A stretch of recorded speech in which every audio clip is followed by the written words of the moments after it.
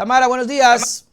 Buenos días, Nelson, querido, ¿cómo estás? Aquí, empezando la mañana de día jueves, eh, de una vez con el tema, ¿no? Con estas declaraciones del presidente que me gustaría tocarlas, porque, Tamara, yo incluso leía a algunas personas que decían, sí, es que el ecuatoriano es vago, porque le da la gana, y es pobre porque quiere, qué pena, dice, qué pena.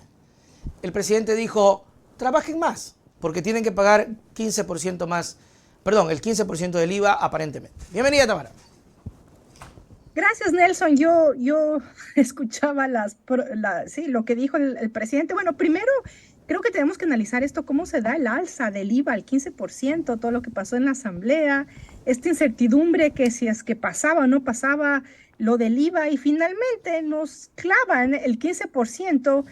eh, Al IVA y pareciera que no pasa nada y no importa. Inclusive las personas dirán que pues el presidente dijo que no es que todo grava IVA, ¿no? O sea, que Claro. algunas cosas, pero no las medicinas, no el transporte, y no se entiende y no se comprende el real impacto del impuesto al valor agregado a la comida, a las cosas simples del consumo diario y cotidiano, en un país donde la gente no gana esos salarios, inclusive donde no hay trabajo, la gente está migrando, hay un éxodo de ecuatorianas y ecuatorianos porque no hay posibilidades de encontrar empleos dignos, de tener trabajo, de tener ingresos, de sustentar a la familia.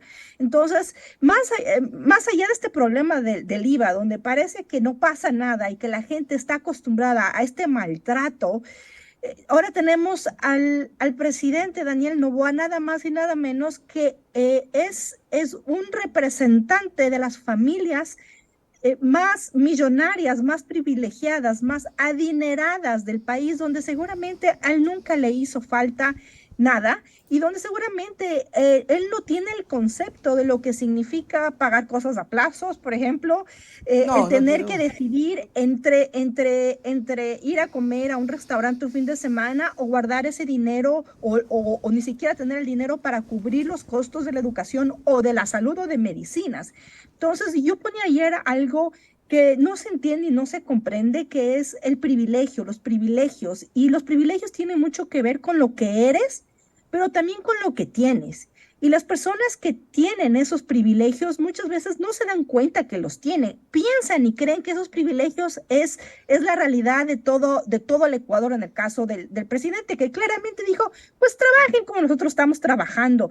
No sabe, no conoce, no comprende, está demostrando al país su poca capacidad de conocer, de sentir, de vivir, de comprender la realidad de un pueblo donde no hay ni siquiera trabajo, toda la realidad de la gente que lo vive todos los días, a que el presidente les diga, pues trabajen duro, pues trabajen como nosotros trabajamos para que puedan comprarse pues los electrodomésticos o para que tengan el postre, cuando hay gente, Nelson, que ni siquiera puede comer las tres veces al día, donde no sabe si es que va a llegar o no al fin de mes, con lo poco o nada que está ganando o con los pocos o ningún ingreso que tienen o la inestabilidad laboral que se Claro. tiene. Y hablar desde los privilegios es de eso. El señor Daniel Noboa, presidente del Ecuador, está demostrando que poco o nada le importa la gran mayoría de la gente que no tiene los privilegios de él y que no cuentan además con la posición económica para comer, no se diga para aspirar a un postre durante la Claro. comida. Tamara, pero ¿qué tal esa, tú decías al principio algo, qué tal esa falta de reacción de la gente? Porque empezamos a ver que efectivamente ya está el IVA, va al 13, pero seguramente van a terminar de subirlo al 15, aunque hay una contradicción, decían que sí, luego dijeron que no. Pero luego está esta situación de no tener una reacción, y yo decía, el presidente a la final termina de dándose la razón, ¿no? Ver el país, sacar la cabeza por la ventana y decir, bueno, no está nadie reclamando, por ahí hay unos que otros que critican en Twitter, en X, pero son No ellos, pasa nada. no pasa nada, parece que estamos muy bien. Y te quiero consultar eso, ¿será que de verdad estamos bien? Porque efectivamente no hay una reacción social. Si hay una reacción por ahí, le gana más el concepto de, ya salieron estos tirapiedras a fastidiarnos la vida, déjenos trabajar, porque ese es el tema, ¿no? Sale el grupo social y empieza, estos poco de vagos, déjenos trabajar. Y si fuese tan fácil, la gente consiguiera trabajo, ¿no? Hay mucha apatía en el país, demasiada apatía, y creo que los analistas, la comprensión, la lectura política, social, cultural de esta apatía, creo yo que se debe también a esta necesidad humana de sobrevivencia. Tú no puedes llamar colectivamente, digamos, a movilizaciones o... A ver, les voy a poner un ejemplo muy claro. En los años anteriores, yo también me refería a esto, la gente de los crespones negros que salían en sus caravanas de carros de lujo, que además con gasolina súper en ese entonces, se organizaban para marchar por muchas cosas que no les gustaban en ese entonces del gobierno de Rafael Correa, pero sobre todo cuando las cosas de uso suntuoso, es decir, no estamos hablando de los electrodomésticos o de la comida, estamos hablando de las suntuosidades como pueden ser la Nutella, como pueden ser perfúmenes, licores caros. La gente salió, se movilizó y salió a protestar, pero salía en las tardes. ¿Quién tiene la posibilidad de elegir entre salir a las calles o seguir buscando la forma de trabajo o mantenerse en su puesto de trabajo para poder buscar ese Es ingreso, decir, para hasta poder manifestarse asegurar es ese un pan sobre la privilegio. mesa? Termina siendo un privilegio el poder Claro. salir a manifestarte, pero no podemos dejar de visibilizar las manifestaciones que se dieron en el 2022 y un poco más atrás en el 2019, donde tuvimos personas asesinadas, porque no puedo llamar de otra forma, por esta retaliación del Estado, donde inclusive podríamos hablar de crímenes por las instituciones del Estado para controlar y retener estas manifestaciones. Pero la gente se moviliza en un momento ya de desesperación cuando no hay ninguna otra alternativa, cuando no hay ninguna otra alternativa más allá de buscar el poder colectivo para salir a las calles o para pronunciarte por un suceso. Lo mismo puede pasar con las mujeres. A mí me estremece mucho sentir y percibir que después de lo que vivimos la semana pasada, cuando el país se enteró del hallazgo de estas tres niñas brutalmente arrebatadas la vida en manos, inclusive se sospecha del propio padre, Sí, una de no ellas. pasó nada. Más allá de manifestarnos en las redes, no hay estas marchas necesarias para hacer temblar las calles, temblar a las instituciones, al menos de reacción, del grito, del alarido de las mujeres para decir ya basta. No se diga de toda la población que diga basta, o sea, no es posible seguir viviendo en una situación de sobrevivencia. Pero mi lectura es que un poco la gente está en esta apatía sobrevivencia, que además tenemos que comprender que venimos de una pandemia que nos mantuvo encerradas y encerrados por años o por Ujú. varios meses, y la capacidad de organización colectiva parece haberse perdido, y nos siguen, disculpa que te lo diga así, pero metiéndonos a trancazos, por no decir otra palabra, los abusos desde un estado indolente, un estado insensible y un estado que inclusive no le importa, o un gobierno, mejor dicho, un gobierno que no le importa a su gente, Nelson, Ujú. porque estoy segura que Daniel Noboa no comprende, no sabe, no entiende que hay gente en su país, su pueblo, que pasa hambre todos los días. Ujú, totalmente. Dice acá la gente no reacciona, dice por acá. Bueno, es lo que estábamos hablando y es lo que incluso podría hacer pensar que el gobierno esté haciendo bien las cosas. Por eso habla de reelecciones, por eso habla de tranquilidad en todo lo que está realizando. ¿Qué piensas que está pasando con la imagen del presidente? Porque vemos que se le está perdonando muchas cosas. Por ejemplo, lo que decías tú de este brutal crimen de las tres niñas.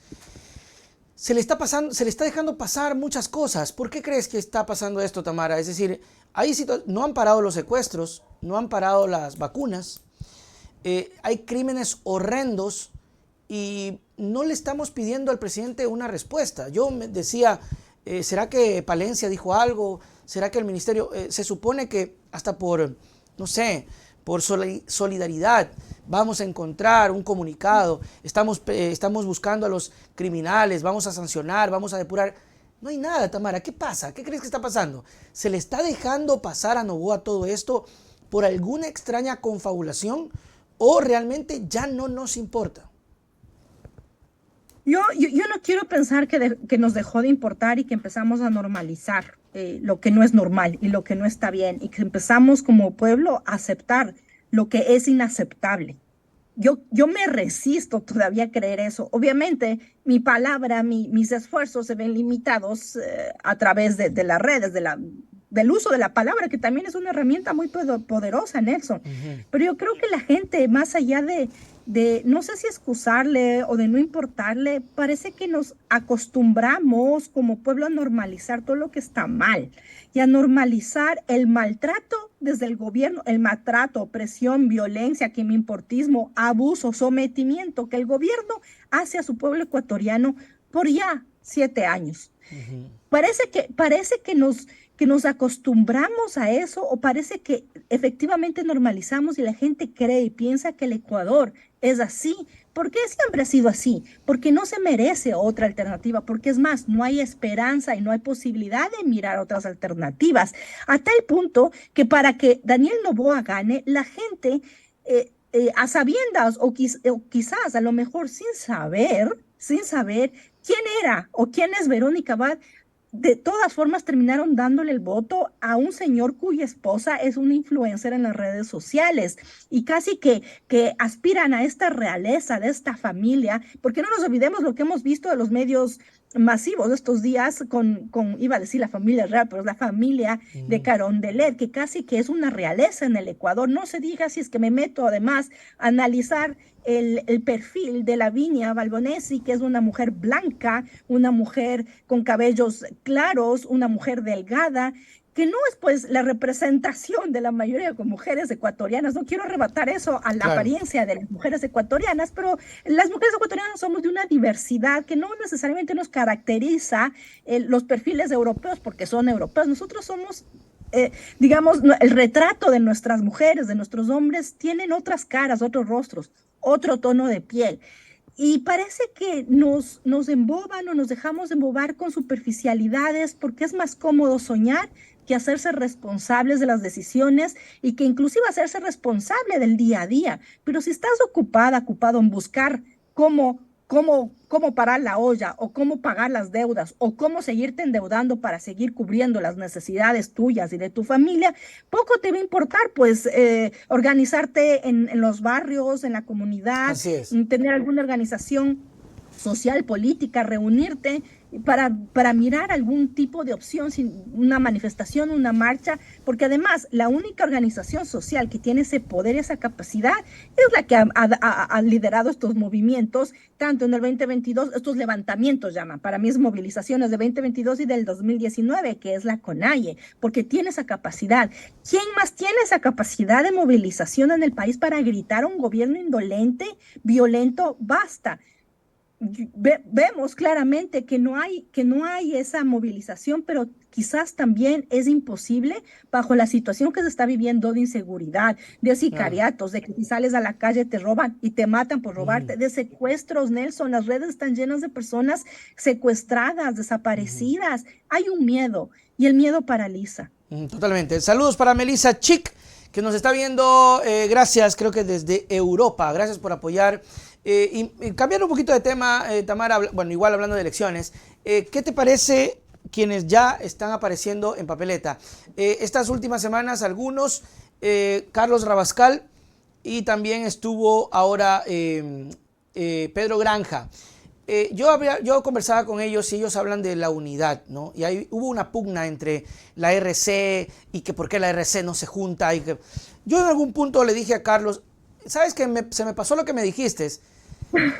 Pero ¿sabes que le escuché a Carlos decir? No sé si tú le escuchaste que decir, se trata de todos y de todas, pero no lo pone en el logo. Debería ponerle el @ en todo caso. No sé si ahora se hace esa fórmula, pero se me pasó. Ok, pero creo que Carlos lo dijo ahorita recordando que se trata de todos y de todas. Carlos Rabascal, Pedro Granja, Leonidas Issa. ¿Crees tú que es importante buscar la unidad con la RC o simplemente deben olvidarse de la unidad y hacer la campaña como la hizo Noboa, que terminó ganando las elecciones? Yo apelo a la unidad, Nelson, porque divide y vencerás, divide y vencerás, pero para unir, para unificar esfuerzos. Perdón que te interrumpa un poquito, Tamara, perdón, es que dijiste algo importante. Divide y reinarás, divide y vencerás, perdón. Pero la derecha salió con un pilo de candidatos, ¿verdad? Igual ganó uno de la derecha, o sea, no entiendo ahí cómo aplicar el concepto, porque la derecha, acuérdate que en las últimas elecciones, casi que de izquierda era solo Luisa. y pasó la primera vuelta, luego entró Novoa y ahí en el revolú de la segunda vuelta ganó Novoa, la derecha. Hoy nos estamos olvidando de Bolívar Armijos, ¿no? Él también creo que... Que va a lanzarse también, ¿ah? Otra vez. Mejor candidato. Me sigue en Twitter, en X también, Bolívar Armijos, un saludo. Ay, a ver, sí, efectivamente creo yo que si tienes muchas opciones en este abanico de opciones, vas a poder elegir. Mientras más opciones, mejor. A ver, primero, yo estoy muy de acuerdo que existan ahorita precandidatos, o ojalá existiera más precandidatas, disputando Ay, no, ¿por qué no? el perfil.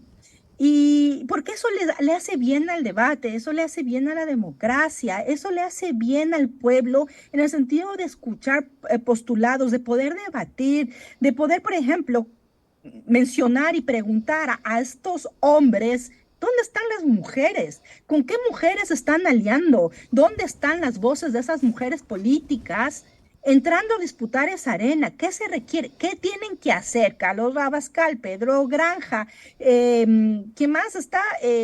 Leonidas Diza, para permitir o para abrir el espacio que en esa disputa existan mujeres. Obviamente, en un país como el nuestro, tan machista, tan todas las características que tenemos, que entre mujeres es muy difícil, al menos que la Revolución Ciudadana le ponga el dedo a una mujer y le diga, tú eres la elegida, que fue lo que pasó con Luisa González, termine siendo una mujer disputando la arena, pero no vemos esos perfiles. Entonces, esa es la primera crítica. La segunda crítica, creo que también es necesario reconocer que llevamos 2 elecciones presidenciales donde la derecha ha sido capaz de llevarse los votos. Los análisis puede darse también, además, por este rechazo y este odio inoculado a la Revolución Ciudadana. Porque si no tuviéramos los medios que tenemos inoculando ese odio, ese discurso, no tuviéramos los políticos, ciertos asambleístas, también con ciertos periodistas inoculando este odio constantemente, permanentemente en contra de la Revolución Ciudadana y Rafael Correa, quizás la disputa sería más balanceada. Y eso también termina arrinconando un movimiento como la Revolución Ciudadana, defendiéndose, posicionándose, pero para mi percepción, en una reacción de ostracismo, es decir, como las avestruces, se meten en su hueco y solamente ven su realidad, las persecuciones, las limitaciones, las violencias. Yo le escuchaba el otro día a Rafael Correa en una entrevista con el Quique, con el querido amigo Quique Vivanco, donde también decía y hablaba, pues, el movimiento más fuerte, más presente, con todos los líderes perseguidos, pero ¿dónde están también esos liderazgos que estamos viendo ahora a través de las autoridades provinciales, en las ciudades, en las alcaldías, en las prefecturas, que también provienen de ese movimiento político, que están haciendo política y que están también brindando ese trabajo a su población, a su ciudadanía?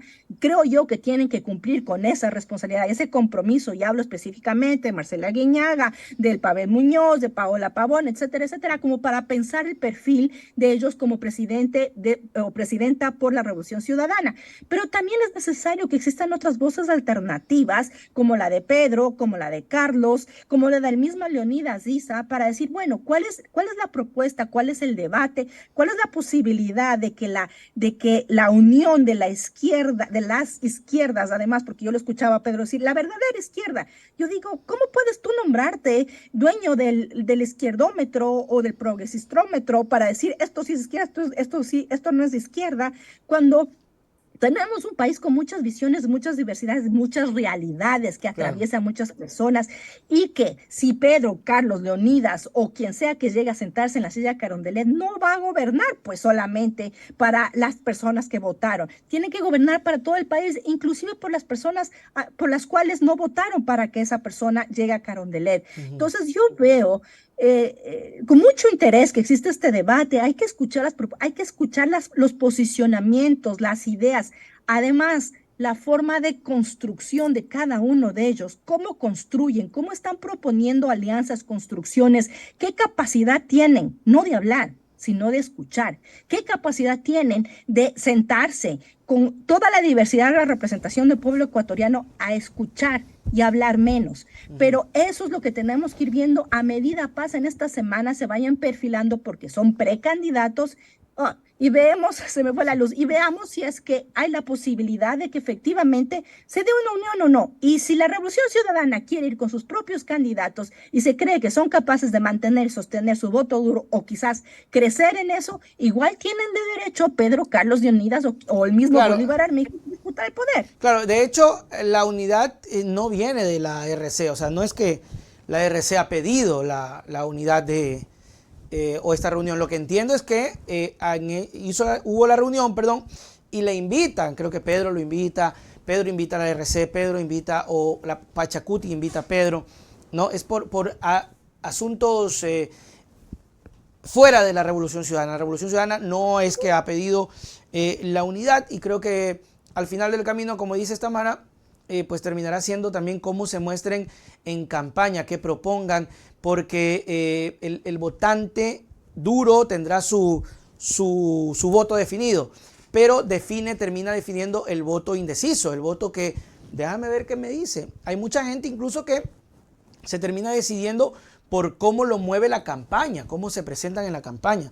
Ahora, el tema de escuchar, que eso es importante, hablaba con Carlos y decía, estamos recorriendo. No se puede, una organización social no se amarra con un candidato, escucha a todos. Entonces es, como decías tú, ¿quién logra convencer a ese grupo social? No grupo político, grupo social. La alianza no debería ser con el grupo político, sino con el pueblo, con la gente. Y la gente va a ir por el que le genere confianza. Y representación, Nelson, porque por alguien que esté representando sus necesidades, esté representando la forma de ver, además, cómo el Estado debería estructurarse o reestructurarse, la representación, además, de cómo un gobierno va a asegurar o va a asegurar darme los derechos que ahora en el Ecuador están casi que desaparecidos o arrebatados, pero además está asegurar los intereses y las necesidades, o sea, cómo va a cumplir con mi realidad, cómo yo me veo representada desde mi realidad en más que ofrecimientos, en las propuestas, no de campaña, Nelson. Yo creo que tenemos que saltar de esta cuestión de campaña tan temporal, tan inmediata que nos lleva a tener gobiernos como el que tenemos ahora y tenemos que pensar en una forma más estructural a largo plazo. Pero mis intereses tienen que verse representados, al menos mencionados, y también con propuestas a través de lo que vayan diciendo los precandidatos y a través de la capacidad que tengan de construir alianzas, de representar a través, no de las palabras, sus discursos, sino a través de quienes van sumándose a estas propuestas, la representación de las necesidades del país. Entonces, si bien es cierto, yo veo que Pedro lleva a muchas personas que han vivido y están olvidadas, siendo olvidadas y han vivido el olvido del Estado, desde la pobreza, desde la falta de derechos, desde inclusive el disputar la vida, el día a día, versus, digamos, los votos duros, y pongo aquí entre comillas votos duros, que pueda tener Daniel Noboa ahorita con la gente que cree que está haciendo un excelente gobierno y debe reelegirse, versus el voto duro del correísmo, que así le pongan quien le pongan, igual va a votar, porque no votan por la persona, votan por Rafael Correa y votan por ese recuerdo y esa estructura que ya gobernó en el país y que sabemos que solos no les alcanza. Entonces, creo yo que todavía tiene que darse muchos debates, muchas propuestas de escuchar. Yo le invito a la gente que escuchen a los candidatos y que puedan también los candidatos demostrarnos la capacidad que tienen de escuchar, de dialogar, de sumar, y quizás también de invitar a la gente a odiarnos mutuamente menos o a dejar de odiarnos y empezar a aceptarnos más. Porque esos discursos de división, de odio, que no te necesito y no te quiero acabar contigo, o me interesa a mí solamente los pobres olvidados y no el resto del país, o solamente quiero a mis panas pero no al resto. Entonces, ese discurso hace muchísimo daño al país. Entonces, también tenemos que poner mucha atención en cómo los candidatos están también tratando de proponernos una unificación de país dentro de las diversidades de intereses, de voces, de realidades, pero a la final, Nelson, quien llega a Carondelet va a gobernar para todas y para todos, no solamente para una partecita. Y también tengamos cuidado con estas ofertas populistas irracionales que se dicen en cualquier momento, cualquier cosa con tal de traer adeptos.